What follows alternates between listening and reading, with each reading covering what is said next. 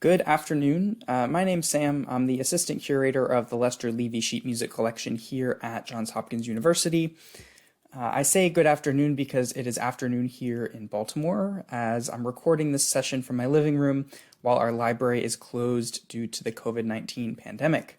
But nonetheless, I am very excited to be hosting the series so that I can share some sheet music with you from this really amazing collection. Now, for those of you unfamiliar, this collection of about 30,000 songs was amassed by Lester Levy and eventually was donated to Johns Hopkins University in the 1970s. There are a few gems in the collection that we're really excited about. I think the most famous is probably a first edition of the Star-Spangled Banner, which there are probably only 10 to 12 of these left in existence. Very, very rare. But the collection is entirely digitized and it's available online, so if you would like to explore it on your own, I would highly recommend it, and you can do so at our website. I'll be including a link to the website in our OneDrive. That's where I'll be sharing all of the documents for this course, PDFs, links, and things like that. Now, Mr. Levy collected these items because he saw them as windows into the past. Each piece for him was a reflection on a period, event, or attitude or person. And something I really admire about Mr. Levy is that he collected music regardless of whether or not he agreed with the content. He collected songs, for example, from both the Union and the Confederate sides of the Civil War, not because he agreed with both sides, but because he felt it was important that this history preserved so that it could be studied in this way. So in this series, I'm going to be dissecting a few items from the collection to illustrate some reform movements in the United States. And like Mr. Levy, I'll be sharing music from both sides of the movement, for example, pro-suffrage and anti-suffrage. Now, my background is as a musician, so my approach has been to start with the music and then see what I can learn from there. These movements are all incredibly complicated, and I won't pretend to be an expert in any of them, but I will do my best to situate these songs within their respective movements and contexts. So for this week's session, I'll be looking at attitudes on emancipation and abolition. Now, the first song that I'd like to look at is called Let My People Go. This song was published in 1861, which is the year the Civil War began. This particular song is probably the most widely recognized song that was known to have been sung by enslaved communities. We know that religion was practiced to varying degrees by slaves, of course depending on what they were individually permitted to do. But we have reports of slaves joining their master's family for prayer, and we also know that slaves would often hold secret religious meetings that would often last throughout the night. Now, this song is clearly religious. It is a reference to the liberation of the ancient Jewish people from slavery. And the text itself comes from Exodus, in which God speaks to Moses, telling him to go to Pharaoh and demand that he let my people go. Now, this song is actually reported to have been used by Harriet Tubman as a code song that fugitive slaves would use to communicate when fleeing Maryland. Another song reportedly used in the Underground Railroad is Swing Low, Sweet Chariot, in which the word chariot would have been replaced with the word Harriet in a reference to Harriet Tubman. Now, going back to this piece, there's a lot of information given to us by the music. Starting with the cover, you can see the word contrabands. Now, contrabands in this context is a reference to a policy of the Union during the Civil War prior to the Emancipation Proclamation in 1863. At the outbreak of the Civil War, some fugitive slaves were actually sent back to the South. However, the policy quickly shifted to declare fugitive slaves from the South that were captured by the Union Army to be contrabands of war, basically captured enemy property. So when we see the word contraband in the music from this period, it's usually referring to an escaped slave being held by the Union. Often these former slaves would be educated, they would be employed as laborers. So I find it very interesting that the word contrabands is the largest word on this page. It's sort of an indication for me that this was a marketing decision. The publisher wanted the audience to know that this was a song of the Black community. The song was published in New York, so it is possible that this was marketed towards Northerners who maybe would feel like they're getting a window into African American culture. And this is part of a bigger trend in 19th and 20th centuries of white composers and publishers marketing a piece of music from the Black community as authentic in some way. I think it's also possible that this piece was marketed toward the free Black community, but regardless, I think the publisher wanted this piece to be special because it was a song of the contrabands, based on what the cover is showing us.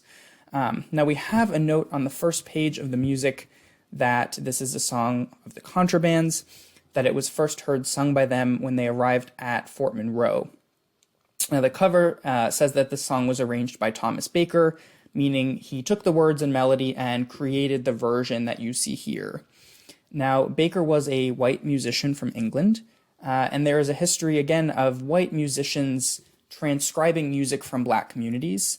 The most well-known being the compilation Slave Songs of the United States, which was published in 1867, 2 years after the Civil War.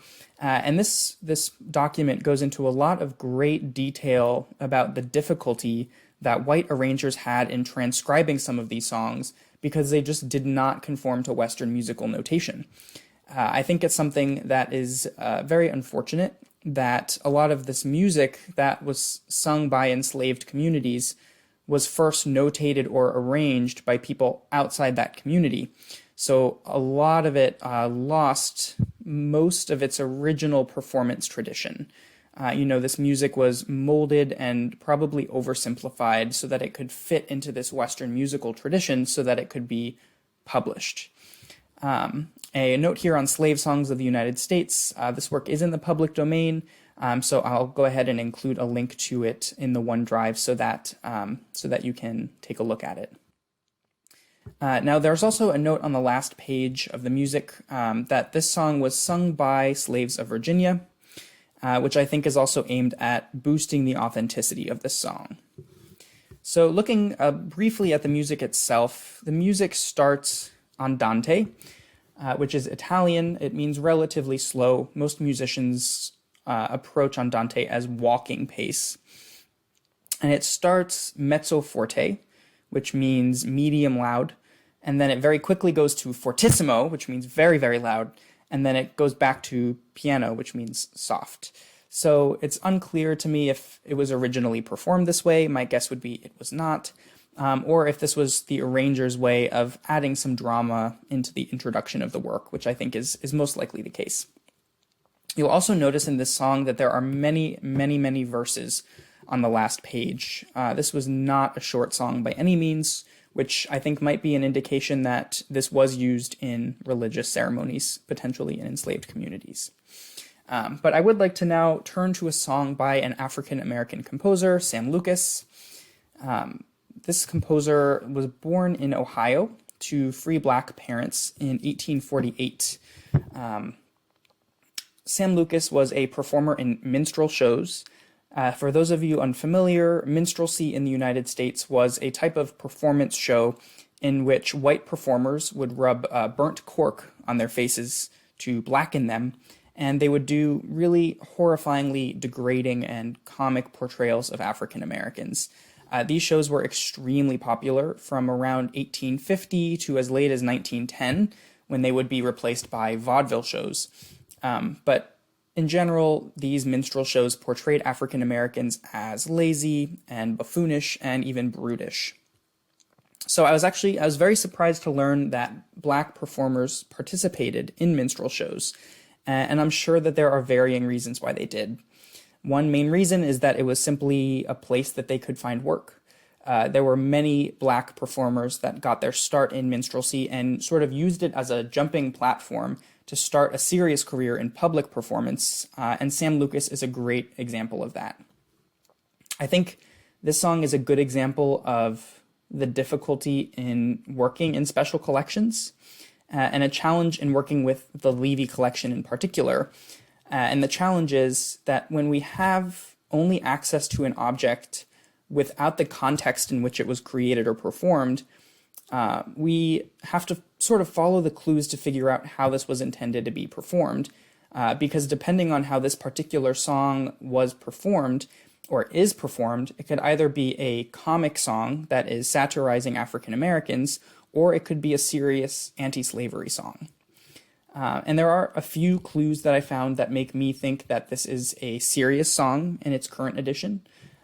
This edition was published in 1878, which is the same year that Lucas became the first African American to play Uncle Tom in a serious production of Uncle Tom's Cabin, which to me is maybe an indication that this piece is part of the composer's movement away from minstrelsy. And then looking at the cover, this is clearly a very dignified image of Lucas. This image is opposed to a typical minstrel depiction, like the one on the right here from Jim Crow.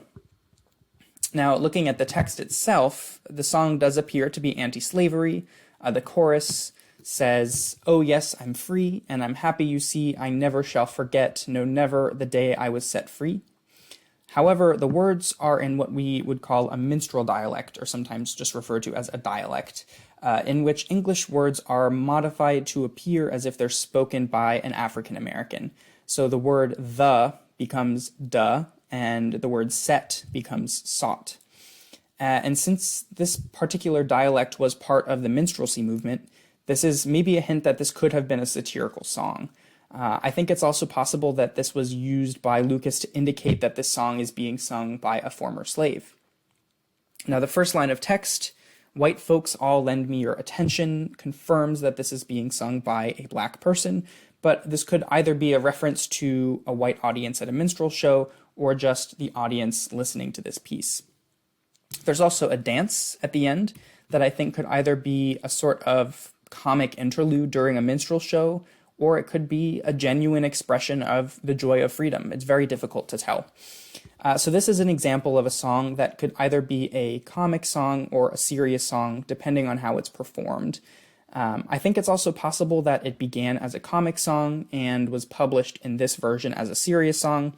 I was able to find a modern recording of this song. It is a serious portrayal, and I'll include the link in the OneDrive as well. But I'd be very interested to hear your opinions of the song during the Q&A of whether you feel this is a comic song or a serious song. Now, the last song I'd like to quickly take a look at is called Hymn of the Freedman. Prior to the Emancipation Proclamation, black men were typically turned away from joining the Union Army. And with the Emancipation Proclamation, black men were welcomed into the Union Army and even recruited, which you can see in this song. Now, the first thing I noticed in this cover, compared to the other songs, and you may have noticed this as well, is the level of detail and color. This song was published in 1864, so right around the same time as the songs that we've been looking at so far. It was published a year before the Civil War ended. I am sure that this level of color and detail in a lithograph was very expensive to commission. And I actually found a report from 1864 from the Supervisory Committee for Recruiting Colored Regiments in Philadelphia. It's a mouthful, but if you look very closely, you can see that organization listed just below the image in this cover photo. And according to that report, they raised about $33,000 that year, which is about $540,000 today for recruitment. So a lot of money was invested in recruiting black men into the Union Army. I think this song was clearly meant to not only recruit, but to inspire black men to join the Army. The music is by a contraband, implying that the composer was an escaped slave. Looking at the first page, the text says in here that God has put the sword and rifle into labor-hardened hands, which tells me that this was likely targeted towards free or escaped slaves. I think it's also interesting that the argument in this piece is not that we, the Union Army, are calling you into service. It's that God is supposedly calling you into service. And this is something we see throughout the Civil War, and I'm sure you can find it in every major conflict in world history, that each side is convinced that their God is on their side. Now, looking at the music itself, the piano part is fairly simple. I think this piece would be easy to learn, which makes it much more accessible. The composer also added a lot of drama to the fifth page of the music. You'll see a fermata over the word soldiers. This just means that you hold that note for dramatic effect, and that's followed by a ritardando, which is Italian for gradually slowing down. And this ritardando happens while repeating the word free. So you can see that all of this drama was really to emphasize the word free and this portion of the music in particular. Now, there was one more piece I was hoping to include, but I decided to omit for time's sake. It's called Underground Railcar, and I would invite you to do your own research into this piece to see what you can find, while I do the same thing, and perhaps in Tuesday's question and answer, we can have a brief discussion on what we all found about this piece.